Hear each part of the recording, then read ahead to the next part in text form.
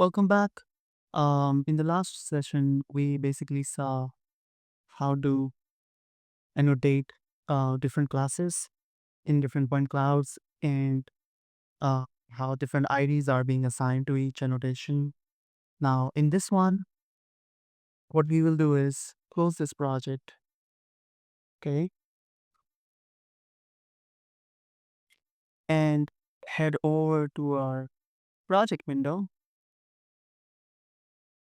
And you can change the view over here for the data set. And this will basically show you all the annotated ones so that you know which one has how many objects and so on. So this will help you while you're annotating. What we want to do is for this session, go and grab a new point cloud. So I'm going to the app ecosystem again. Um, Over here, we'll scroll, do the same thing basically. We'll go ahead and select the point clouds over there. Yes. And then scroll all the way to the bottom to find one of the relevant ones, which is going to be the last one actually. Yeah, this one. So we will go and get this project, add it to our projects tab. I'm going to hit add and name it maybe sequence because this is going to be a sequenced point cloud. Sequence station.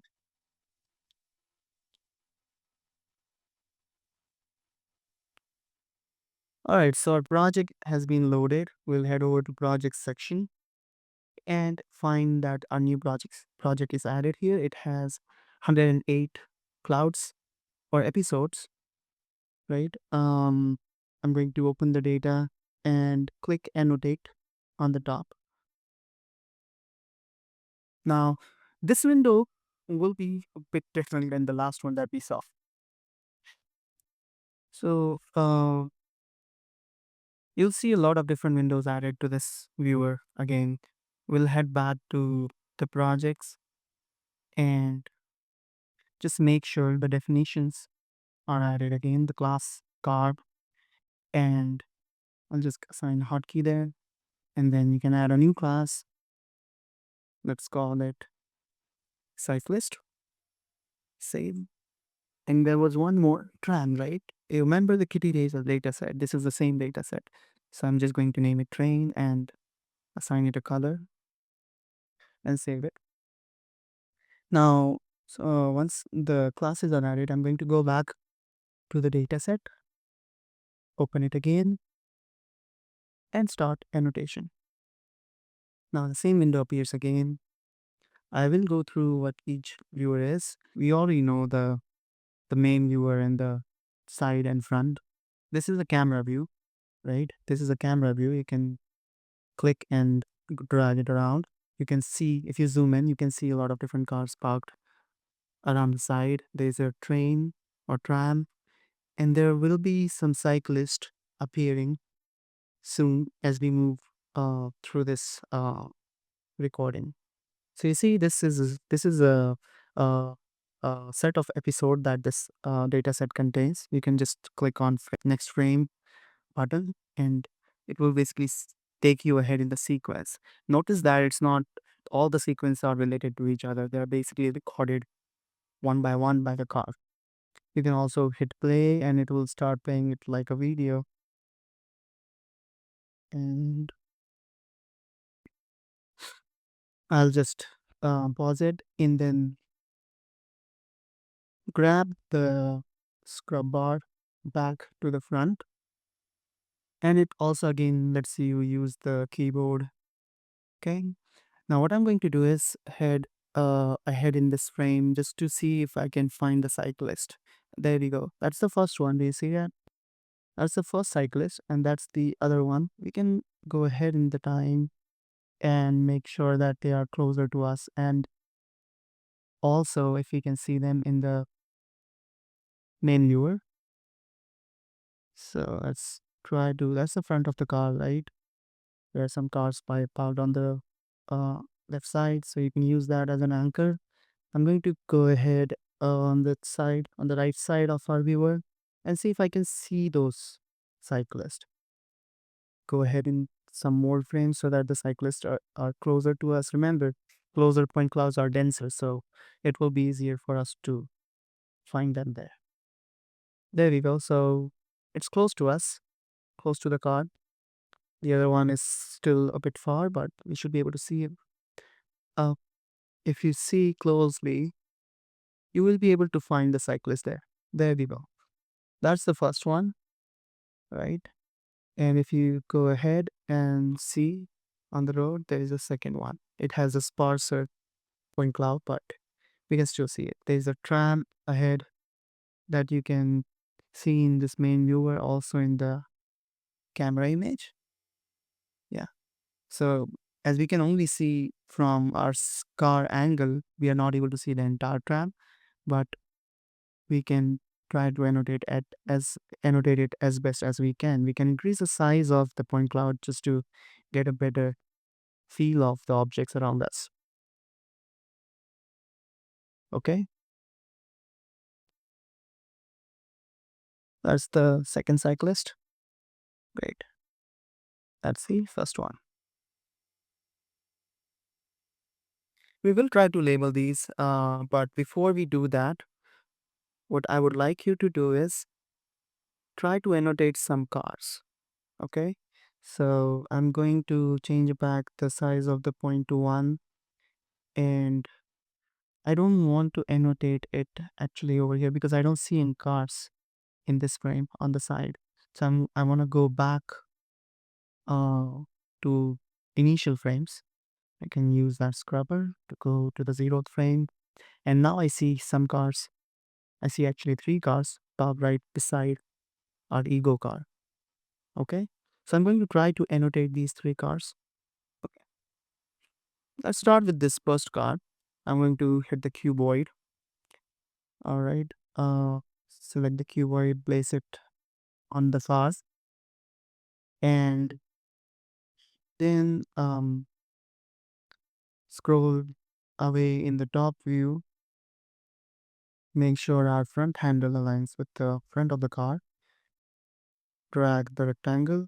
This is similar to what we saw in the previous session actually. So you can just grab the whole rectangle, make sure it's enclosed nicely in the top view. Uh, Also make sure it's enclosed in the side view and the back view or the front view. Make sure it's nice and tight. And also hover over on the main viewer to see all the point clouds are enclosed for this particular car. I'm going to deselect the object by clicking either one or the pan and zoom. And I can see the car is added to my object list with an ID. I'm going to click keyboard again.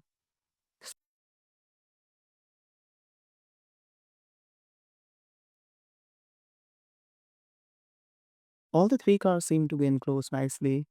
I'm going to deselect everything like that. And now what I want to do is show you something interesting. Okay, we don't see cyclist here, so it's fine. We don't want to label them in this frame for now. Um, what I wanted you to do is just make sure all the 3 cards are added to the objects with different IDs. Okay, and as we are moving slowly ahead, our ego car is moving slowly ahead. These 3 should appear in the next frame as well, right? So you see, those 3 cards still appear in the next frame. What I want to do is hit Control C. That will copy all the 3 annotation that we just did. Make sure no car is selected, otherwise it will just select that. It will just copy that particular annotation. We want to copy all the objects that are relevant and hit Control V in the next frame. So it will make the box appear in this frame as well. Now I want to select one box at a time. I'm going to select first one and make sure I can use this axis handle in the main viewer to just move it on the front because I know we just moved in the front, right? So I don't need to make much adjustment on the sides. I'm going to do the same thing. I'm going to select the second card. You can also use the number 2 on your keyboard to quickly move your selection. So I'm going to just move it in the front, and that looks good. Make sure it's oriented nicely in all the views at the bottom. Make adjustments, and I'm going to just add some more points over there. Yeah. Remember, as the car moves, maybe there are new points that appear for each object. So you just want to make sure they are enclosed as well. I'm going to select the third car and again do the same thing, move it in the front. And yeah, looks good. So these three look good. I will just make sure of it. Now we will do the same thing again. We want to deselect everything. Right? We want to deselect everything and Control C. Copy all the three objects, move to the next frame, Control V or Command V if you're using Mac, and do that same adjustment again. I'm going to do this for a bunch of frames, uh, and we will see what happens after that.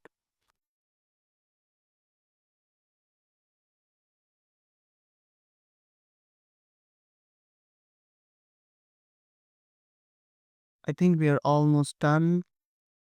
Um, this is the last frame that I'm going to do this annotation for, and that's the last object. Adjust, and now I want to show you something. Um, I will go back to the 0th frame and start clicking next. You see, the as I go through the frames, the object that are already annotated appear to keep the annotation through the sequence, right? This is something called as tracking. We are able to track the object with that same ID. That is very important. So the cars should have the same ID while you're tracking.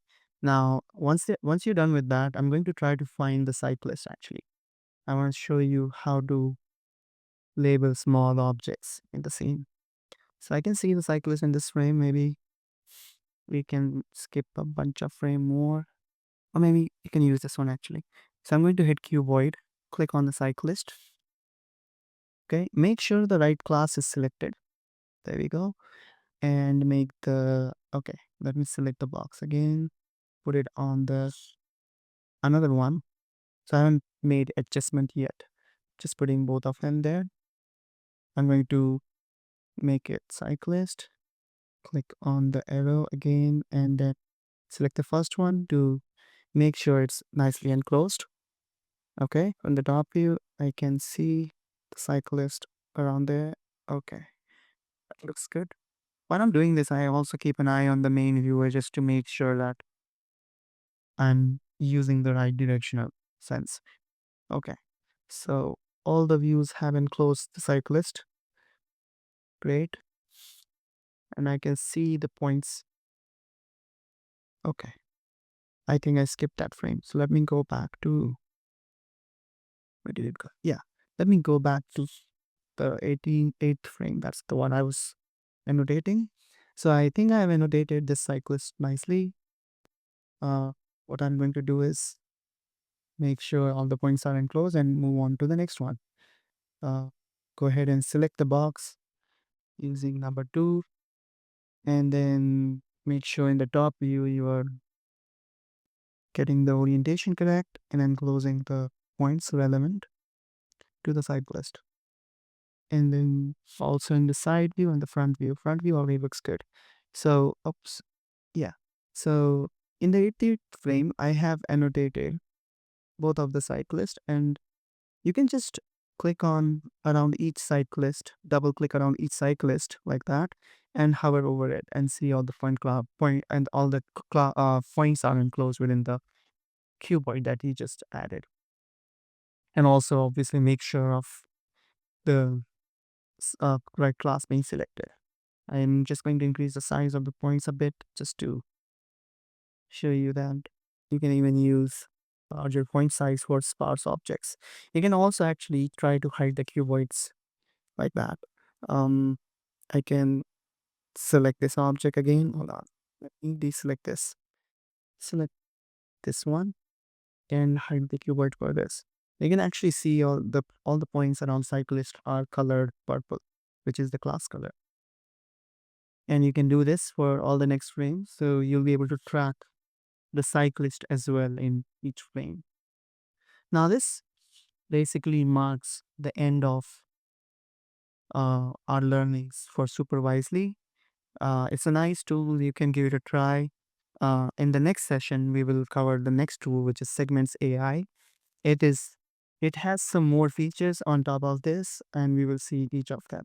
Thank you so much for being connected, and we'll see you in the next one.